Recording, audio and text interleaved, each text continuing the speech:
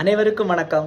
நான் உங்கள் விஜய். இன்றைக்கி நம்ம இந்த எபிசோடில் எதை பற்றி பார்க்க போகிறோன்னா, த சைக்காலஜி ஆஃப் மணி அந்த புக்கோட சாப்டர் 19 பற்றி தான் பார்க்க போகிறோம். 19ஓட ஹெட்லைன்ஸ் என்னென்னா, ஆல் டுகெதர் நவ். இதில் நம்மளுடைய ஆதர் ஒரு சின்ன கதையோட ஸ்டார்ட் பண்ணுறாங்க இந்த சாப்டரை. கிளாரன்ஸ் ஹியூக்ஸ்னு ஒருத்தங்க இருந்தாங்க. அவங்களுக்கு ரொம்ப பல்லு வலியாக இருந்துகிட்டு அப்போ அவங்க டாக்டரை பார்க்க போகிறாங்க. இது எப்போ நடந்ததுன்னா 1931ஆம் ஆண்டில் நடந்த ஒரு நிகழ்வு, உண்மையான நிகழ்வு.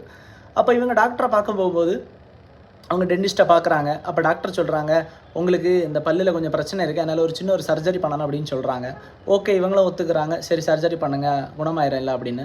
அப்போ டாக்டர் என்ன பண்ணுறாங்க, அடுத்த கட்டமாக அனஸ்தீசியா கொடுக்குறாங்க, அந்த பெயின் எல்லாம் இதாக ரிலீவ் ஆகுது. அதுக்கப்புறம் டாக்டர் சர்ஜரி பண்ணுறாரு. அப்புறம் 2-3 ஹவர்ஸ் அழிஞ்சு இவர் சர்ஜரி எல்லாம் முடிஞ்ச பிறகு இவர் கண்ணாடியில் போய் பார்க்குறாரு எப்படி இருக்குன்னு.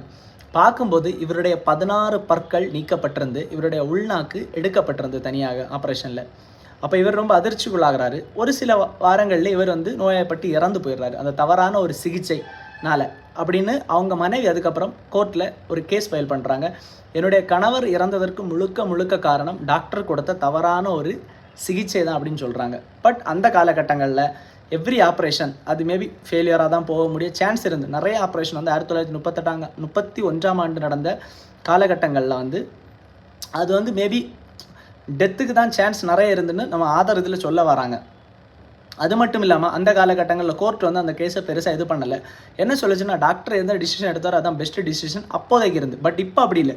இப்போ என்ன டிசிஷன் எடுக்கணும்னாலும் டாக்டர் சொல்லுவாங்க, இந்த மாதிரியெல்லாம் சாய்ஸஸ் இருக்குது, எந்த இதை சூஸ் பண்ணணுமோ அது உங்களுடைய இதுதான், நீங்கள் சூஸ் பண்ணுறதை பொறுத்து அவங்க இப்போ சிகிச்சை பண்ணுவாங்க. இந்த காலகட்டங்கள் அந்த காலகட்டங்கள் வேறு மாதிரி இருக்குது. இந்த காலகட்டங்கள் ரொம்ப மாறிட்டு, சயின்ஸ் ரொம்ப எவாலுவேஷன் ஆகிட்டு நிறைய பார்த்துருக்கு. அதை சொல்லுவாங்க, உங்களுக்கு எந்த பாத்தில் நீங்கள் சூஸ் பண்ணணுமோ அதை நீங்கள் சூஸ் பண்ணிக்கலாம், இந்த வழியில் சிகிச்சை பண்ணணும் அப்படின்னு. அது நம்ம தான் டிசைட் பண்ணுறது. இப்போ அதை தான் ஆதார் சொல்கிறாரு.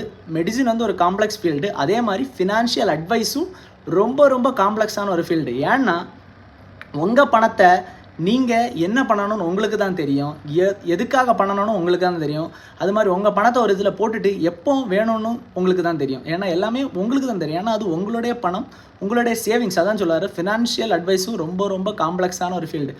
ஏன்னா உங்களுடைய தேவைகளை பொறுத்தா நீங்கள் இன்வெஸ்ட் பண்ண போகிறீங்க, அதை உங்களுடைய சேவிங்ஸை பொறுத்தா நீங்கள் இன்வெஸ்ட் பண்ண போகிறீங்க. எவ்வளோ இன்வெஸ்ட் பண்ணணும்னு உங்களுக்கு தான் தெரியும், எதுக்காக இன்வெஸ்ட் பண்ண போகிறதுன்னு உங்களுக்கு தான் தெரியும், எப்போ அந்த இன்வெஸ்ட்மெண்ட்டை எடுக்கணும்னு உங்களுக்கு தான் தெரியும். இந்த மாதிரி நல்ல கண்டென்ட் எல்லாம் தெரிஞ்சுக்கணும்னா என்னோடய சேனலை சப்ஸ்கிரைப் பண்ணுங்கள். நன்றி, வணக்கம்.